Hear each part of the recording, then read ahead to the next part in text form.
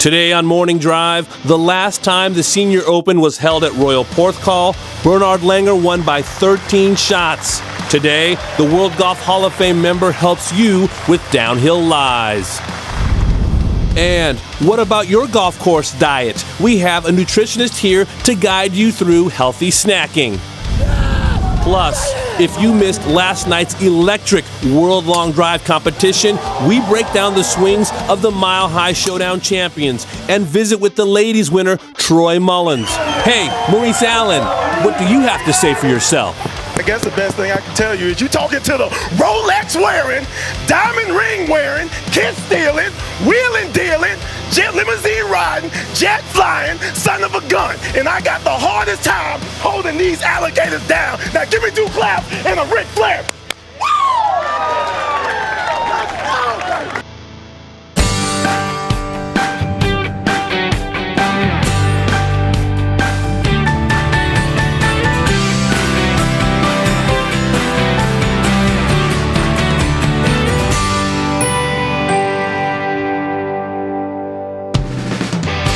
Wow! And good morning. Welcome into Morning Drive on this Wednesday, July the 26th, the year 2017. This is Studio AP. You know it well. Damon Hack alongside a PGA Tour winner in Robert Damon. Are you a jet ski, limousine, alligator styling and profiling? Maurice, how about that last night? That's a lot of energy for 7 in the morning. I know it was last night, but even the replays got me all pumped up. That's how you celebrate. All due respect to Spieth, and Captain Garcia got a little bit excited when he won a major chip. Yeah, That's how you celebrate a win, right? But nothing like that. Let's take the folks back to last night in Colorado. It was a lot of fun. So the weather started out pretty good. You see the sunshine, the beautiful shadows in the sky in Park Hill Golf Club in Denver, Colorado for the Mile High Showdown.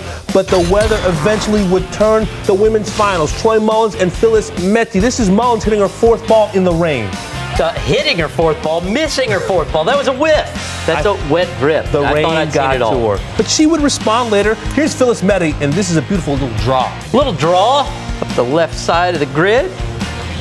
Oh, you know, only, 363 or so.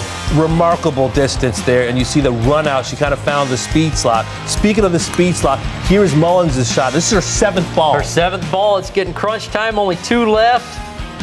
Oh, look at the size of that bounce.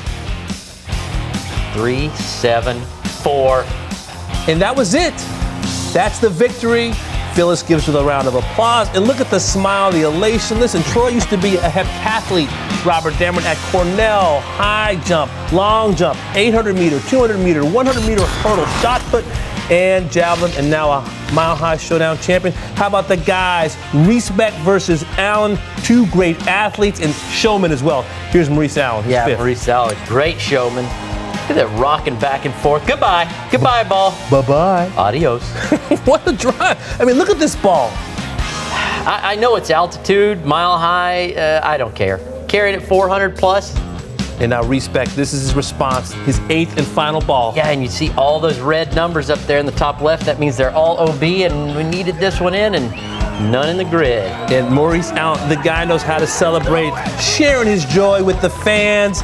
Nice hug for Reese Beck, who Reese Beck at least ends up the #1 long driver in the world after that. But yeah, that's the celebration. That's how you do it for a guy who grew up in Pine Hills, Orlando, Florida. You see the longest drives of the night. The aforementioned Reese Beck, the new world #1, tied Ryan Steenberg at 485 yards. And then the women, Phyllis Metty, breaking the previous mark set by Troy Mullins just a few hours earlier in the day. Speaking of 2 big hitters, let's say good morning to one Charlie Reimer and Travis Fulton. What's up, guys? All right, D, we're fired up about Maurice Allen. Woo! How about that? Let's take a look at some of his numbers, because, I mean, he can flat move it out there, Travis. It's impressive to look at these guys, and you look at, his club head speed, 142 miles an hour, ball speed, 218. To give you some perspective, average PGA Tour, 113. Club head, ball 167, and look at that total drive, 465. Probably carried that about 420, Charlie. On the PGA Tour, average 275. You said he just hit it 460. 465, he hit it. Unbelievable. So much that we can learn from this golf swing. well, if we could teach people how to hit at 465, we probably wouldn't be standing here right now. But unbelievable the speed that these guys can create. Kind of an interesting little routine, right? And you can see him how he kind of preset it there and then kind of use that momentum to get the swing started. I enjoyed looking at some of these routines last night. But let's have some fun and look at how he creates all of this club head speed. You can see here, look at that ball position. I'm going to bring a line in here, Charles. Little forward. Have you ever seen anybody play the ball that far forward in the stance? And I always look at ball position relative to the left shoulder. We're going to bring this line in here. Not so much the left heel, but look at where that line is relative to the left shoulder. You'll see most players in and around that left shoulder area on the tour. So way forward. Look where his head is turning to the right. I love that for those at home. If you want to make a bigger turn, let your head get going over here to the right a little bit. So looking way over here, we'll bring that line in. And that is a setup for some major power, and of course to hit up on. Of course, these guys tee it up so high. Yeah, that's the way the ball, the way the equipment works. You have to hit up on the golf ball if you're going to be anywhere competitive at all with these guys. No doubt. There's no other way to do it. You got to hit up on it. All right, you ready to put this to work? Let's do it. All right, let's get rid of that red line there. We're going to take it to the top of the swing. And I know, Big Timer, you like this. You like the way he loads up there, don't you? I got to tell you, loading up, getting to the right side, no doubt it's critical, but you can't get outside of your right foot. If you get outside your right foot, you got nothing to push off of. You've lost everything at that point. Even though he's so far behind the golf ball, he's still locked in inside that right foot. You can just see that tension, that power built up right in there. What really stands out to me is he kind of went down too a little bit. His spine, if you look at it, when he turned, he kind of went down. Most of these guys, when they go back, you see him kind of working up this way. I've talked many times on Morning Drive about how the spine extends and you see them kind of standing up and the left shoulder still tilted down. But Maurice kind of goes down a little bit. His spine lowers, which I kind of find interesting. Now, from here, as he comes down, it's easy to kind of launch off that too soon, but he really stabilizes and waits for it. And I love when the hips and the knees are stacked up beautifully here. So watch this here. We're going to bring a box in here, and you can see his knees and his hips right there are very much stacked up. And what I mean by that is so many, when you turn, if you go down like this, like a shot putter, you can kind of launch off that too soon. Your legs get running out from underneath you. He has to wait for it. He has to wait for it. So he's here, but then he kind of gathers himself, right? So now he's plugged into the ground. He can really turn the speed on. That's such a great point that you make right there, because so many people think the hips have to slide forward. They're not sliding forward with him at all. They're actually going almost backwards a little bit. Yeah, there's some lateral. There's some definite weight going forward, but his knees, hips stacked up underneath. I think that puts his spine in a really good position. You ready? Here we go. Here comes the speed now. And I'm just fascinated by two things here. One, that left shoulder just pulling way up out of the way. The distance from here to here is tremendous. I mean, it's almost like he's 9 feet tall. That lever is so long. That really, I think, is one of the biggest secrets of how to hit it far, is to get as long as you can from here to the head of the club. So many people, they collapse a little bit. You get a little bit of a chicken wing, and you're just giving up power when you do that. Yep, absolutely. I agree 100%. Left shoulder working up out of the way. The arms really lengthened now. Watch this footwork, Big Timer. Watch this. We're going to swing this to the finish. This is just incredible. The flexibility and the mobility in his ankles to the finish. Just fascinating stuff. In all honesty, if he had like 9-inch spikes and was anchored to the ground, at that speed, if those feet didn't get out of there, he'd be going to ER. He'd shatter something. Yeah, all that force is coming up, so something's got to kind of give. If not, if he just stayed there, all of that would absorb into the knee and the ankle. So we're going to play golf this afternoon, and I want you to work on that a little bit with the ankles. Whoa. We got some work to do today, man. We're going to send it back over to you. I believe you, Travis. It's not hurt, Charlie Reimer. My goodness. Looking forward to hearing about that round. I'm also looking forward to watching this Englishman, Paul Broadhurst, set to defend his Senior Open title presented by Rolex. This week they're playing Royal Porthcawl in Wales. Last year he won this championship at Carnoustie. His tee time starting tomorrow alongside a couple of great ones, Tom Watson and Miguel Angel Jimenez. Our coverage begins at 7 a.m. Eastern time. And with that, why don't we head out to Wales and bring in our good buddy Todd Lewis. Todd, good morning and good afternoon. I want to start with the alpha dog of PGA Tour champions. He is Bernhard Langer on this doorstep of age 60. What makes him great at this point in his career? Well, Damon, I think there are a couple of things, and they're a combination. It's belief and determination. Bernhard established that belief as a young player, winning a major championship or two, and then proving himself on the world stage. And then as he turned 50, or right before actually he turned 50, he started looking at some statistics, and he noticed that players on the PGA Tour Champions level from 50 to 54, basically that was their peak. Well, Bernhard was determined not to be in that statistical category. So what did he do?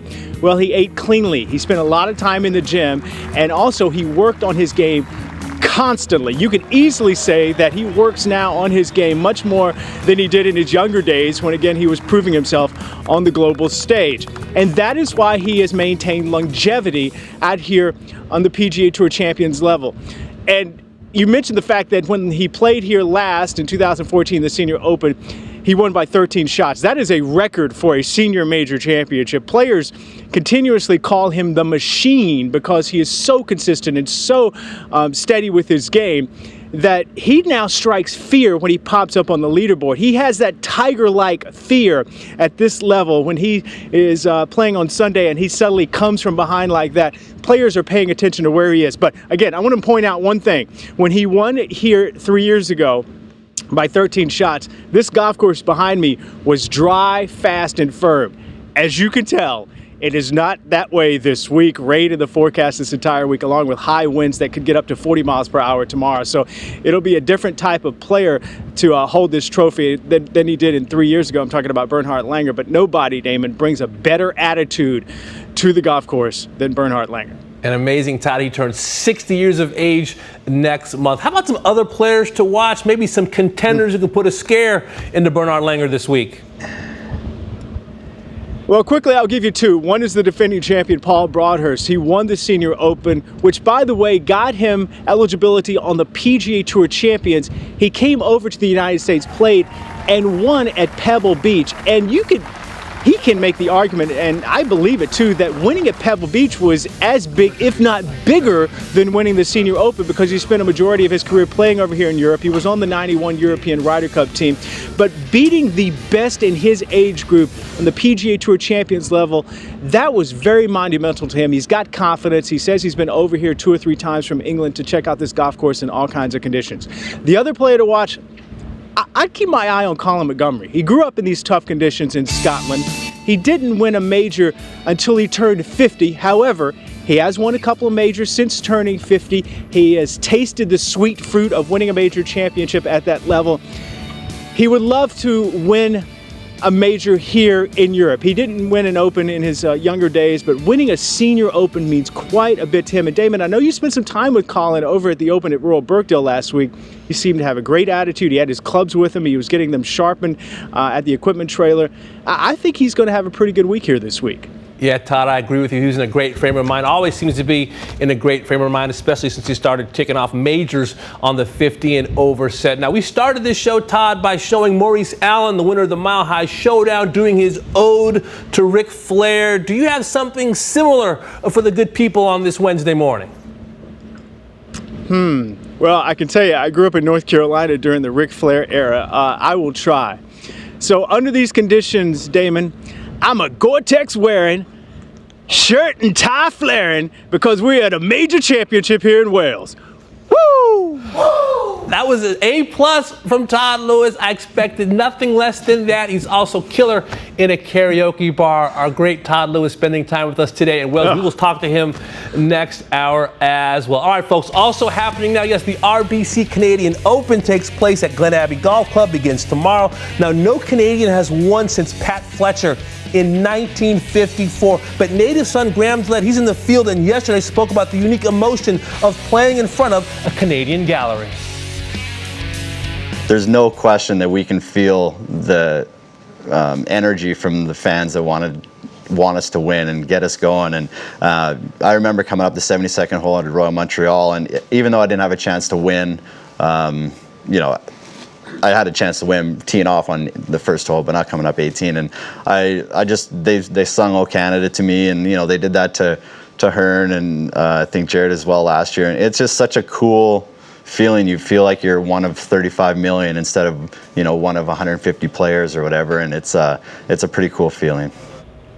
And Dillette, considered one of the best players on the PGA Tour without a victory. He'll tee off alongside fellow Canadian David Hearn and UCLA Bruin Patrick Cantlay, 1:35 p.m. Eastern Time. Our coverage begins tomorrow at 2 p.m. Johnny Vegas is the defending champion. Also happening now, folks, yes, the Aberdeen Asset Management Ladies Scottish Open at Dundonald Links, where the men competed a couple of weeks ago. Rafa Cabrera-Bello won there. This week, the women take on the Kyle Phillips Design. It opened in 2003, and quite the field, including Lydia Ko, So Yeon Yu, and American Beth Allen. This is really a warm-up event for the Rico Women's British Open. You see, our coverage begins tomorrow, 9:30 a.m. Eastern Time. So Yeon Yu is the #1 player in the world right now. Let's say a hearty good morning to one Bailey Mosier. How are you, Bailey? Damon, good morning. I am doing well. Looking forward to seeing the ladies in action this week. But also, how about the senior circuit? We've already talked about them this morning. That's first up on this morning's tee sheet. So when we talk about wide winning margins in major championships, let's not forget Bernhard Langer. He won the Senior Open presented by Rolex by 13 shots just 3 years ago at Royal Porthcawl, the venue that the senior circuit returns to this week. So we're going to learn from Bernhard Langer in just a little bit on mastering downhill lies. And part of the reason for Langer's longevity and success over the years is his healthy habits that include working out and eating right. Todd Lewis just mentioned that. We can all find better ways to fuel up throughout our rounds, and we have a dietitian in studio today to help us make healthy snacking choices. I had 2 tacos yesterday. I don't think that counts. We're also going to help sink your swing on today's show. The Golf Channel Academy coach that will be joining us later this hour works with Web.com Tour winner and PGA Tour member Derek Fothauer. He's going to give you some simple drills to try at home that will perfect your tempo. And if you missed the Mile High Showdown last night on Golf Channel, you certainly did miss out. But we're going to recap, show some highlights throughout the show. And as we send you to break right now, let's hear again from the men's winner. Hey man, somebody asked me before how I feel, so I guess the best thing I can tell you is you talking to the Rolex wearing, diamond ring wearing, kid stealing, wheeling dealing, jet limousine riding, jet flying, son of a gun. And I got the hardest time holding these alligators down. Now give me 2 claps and a Ric Flair.